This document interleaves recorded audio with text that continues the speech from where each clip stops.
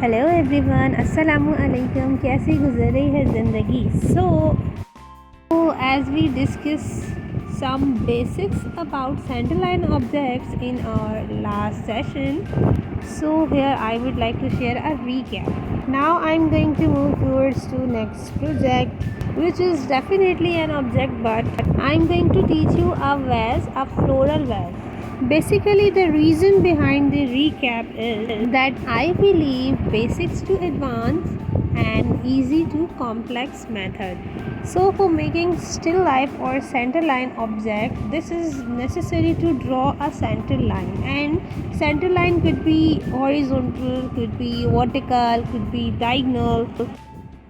क्योंकि हम फॉलो करते हैं इजी टू कॉम्प्लेक्स मेथड, जो कि बहुत ही फ्रेंडली वे ऑफ लर्निंग है। सो हम यहाँ उन ऑब्जेक्ट्स को फॉलो कर रहे हैं जो हमारी रेगुलर रूटीन में हम देखते हैं, रेगुलर रूटीन में हम यूज़ करते हैं।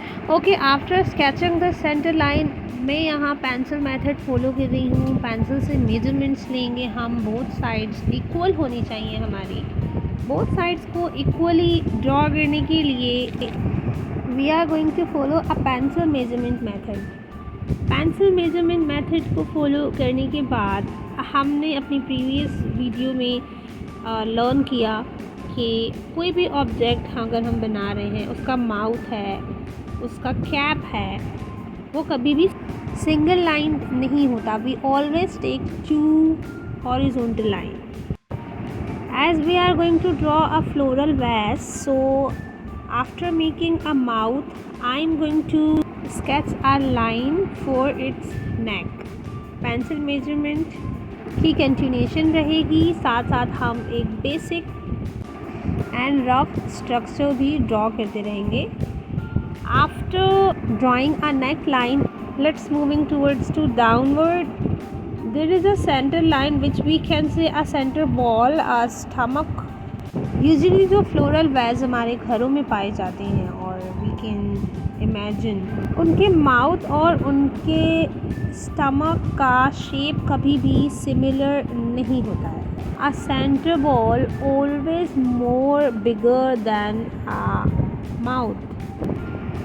लाइंस मेजर करने के साथ साथ हम रफली सा स्ट्रक्चर देते रहेंगे, so we can easily get a shape, a proper shape of it. अब हम सोच रहे होंगे कि सेंटर लाइन की क्या ही नीड है यहाँ पर। We can easily sketch a vase, a bottle without having a centre line. But जब भी हम मेजरमेंट करेंगे, पेंसिल की हेल्प लेंगे, पॉइंटिंग मेथड को फॉलो करेंगे जो हम इनसे प्रीवियस ट्यूटोरियल्स में, प्रीवियस सेशंस में सीख चुके हैं, so we will get a proper shape. अगर हम इन मेथड्स को फॉलो नहीं करेंगे तो समटाइम्स हमारा लेफ़्ट एरिया हमारे राइट एरिया से छोटा हो जाएगा, और हमारा राइट एरिया समटाइम्स हमारे लेफ़्ट एरिया से छोटा हो जाएगा। सो हमेशा ही हमारी शेप्स डिसबैलेंस रहेंगी अगर हम इस सेंटर लाइन मेथड को फॉलो नहीं करेंगे। सो अगर हम ये सोचते हैं क्या ही ज़रूरत है ये सेंटर लाइन लेने की, मैं आप लोगों को बताती चलूँ। हमने फंडामेंटल्स सीखे, हमने मेजरमेंट सीखी, हमने डायमेंशंस सीखी। फंडामेंटल्स हमें यहाँ हेल्प कर रहे हैं to sketch a perfect line. Perspectives हमें हेल्प करेंगे to get a perfect surface, perfect background. Now it's time to get a shape. यहाँ मैं कुछ पॉइंटिंग करूँगी। I am going to take 5 points upward and 5 downward. Points लेने के बाद हम एक बेसिक सी गलती कर देते हैं कि हम इस तरह से डायगोनल लाइन क्रिएट कर देते हैं। So this is a wrong method. हमें बहुत रफली सा एक कर्व देना होता है। वो कर्व हम किस तरह से देंगे? हम बहुत स्लाइटली अपनी पेंसिल को तोड़ तोड़ कर कर्व करने की कोशिश करेंगे। To get a perfect curve हम पेंसिल को तोड़ तोड़ कर मूव करेंगे।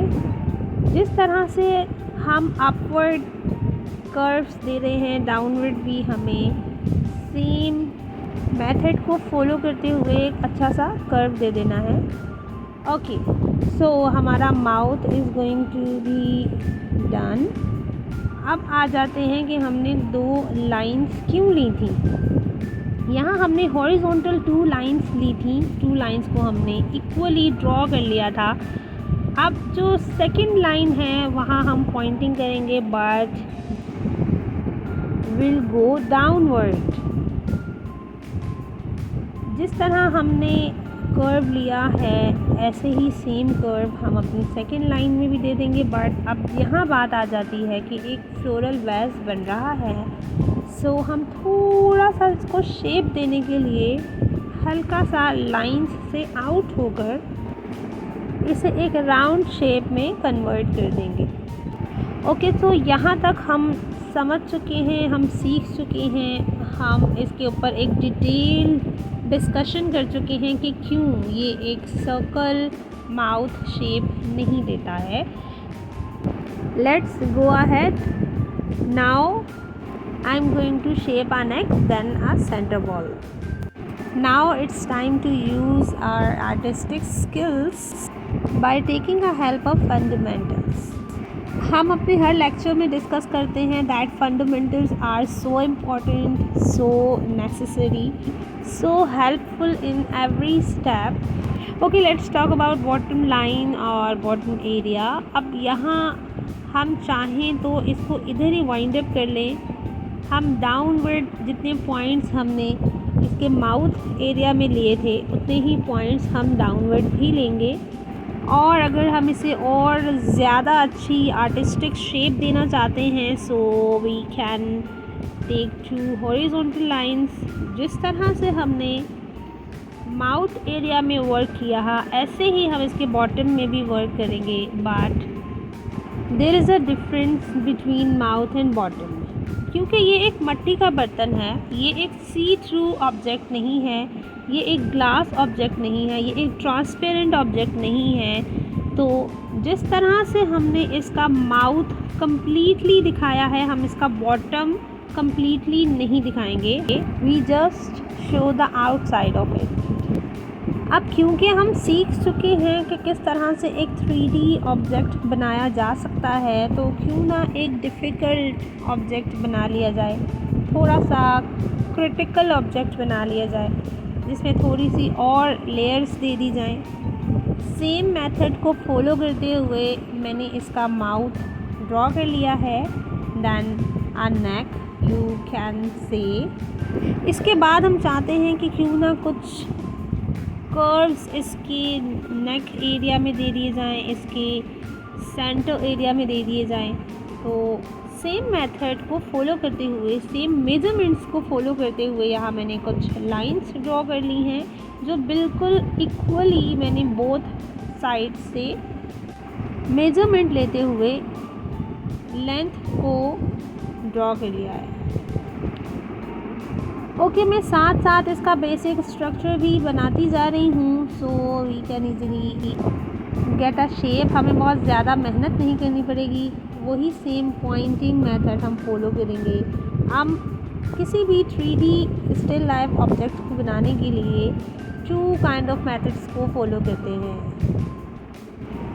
द वन विच वी से pencil method and the other one which we say a pointing method.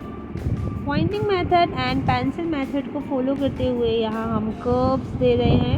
We often buy some artificial juices for ourselves or for our guests. So ये वही kind of bottle है जिसे मैंने imagine किया है और इस तरह से मैंने उसको एक shape दे दी है। अब इन शेप्स को देखते हुए और इस सेंटर लाइन मेथड को फॉलो करते हुए हम किसी भी ऑब्जेक्ट को शेप दे सकते हैं। So this was all about 3D objects which have same sides.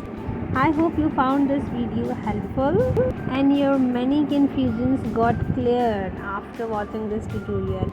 Still, if you have any confusion regarding 3D objects, feel free to comments down below. I will definitely answer you and try to clear your all confusion. So yeah, keep your curves downward, क्योंकि आपकी जो position है, current position from where you are looking at this project, except the mouth, your rest of all curves would be downward. So yeah I really hope that आपको ये video बहुत अच्छी लगी होगी. If yes then give a huge thumbs up. This is Pakistani artist Isra signing off. अल्लाह निगहबान.